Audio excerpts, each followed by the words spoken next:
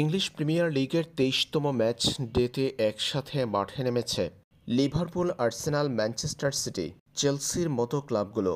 একই সময়ে ম্যাচ ছিল লিভারপুল আর্সেনালের। ১ ঘন্টার ব্যবধানে মাঠে নেমেছে ম্যানচেস্টার সিটি ও চেলসি।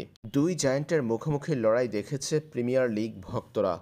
প্রিমিয়ার লিগের ম্যাচে হাই ভোল্টেজ লড়াইয়ে চেলসির বিপক্ষে ৩-১ গোলে জিতেছে ম্যানচেস্টার সিটি, যে জয়ের মধ্য দিয়ে পয়েন্ট টেবিলে চতুর্থ স্থানে উঠে এসেছে তারা। বর্তমানে ২৩ রাউন্ডের ম্যাচ শেষে ১২ জয় ৫ ড্রয়ে ৪১ পয়েন্ট ম্যান সিটির। এদিন গাভার্দিওল, আর্লিং হল্যান্ড ও ফিল ফর্ডেনের গোলে চেলসির বিপক্ষে ৩-১ ব্যবধানে জিতেছে ম্যান সিটি। এর আগে দুই লাল কার্ডের ম্যাচে ওলভসের বিপক্ষে ১-০ গোলে জিতেছে আর্সেনাল। ম্যাচে দুই দলই বেশিরভাগ সময় খেলেছে ১০ জন নিয়ে, তবে ওলভসকে ১০ জন নিয়েও ১-০ গোলে হারিয়েছে আর্সেনাল।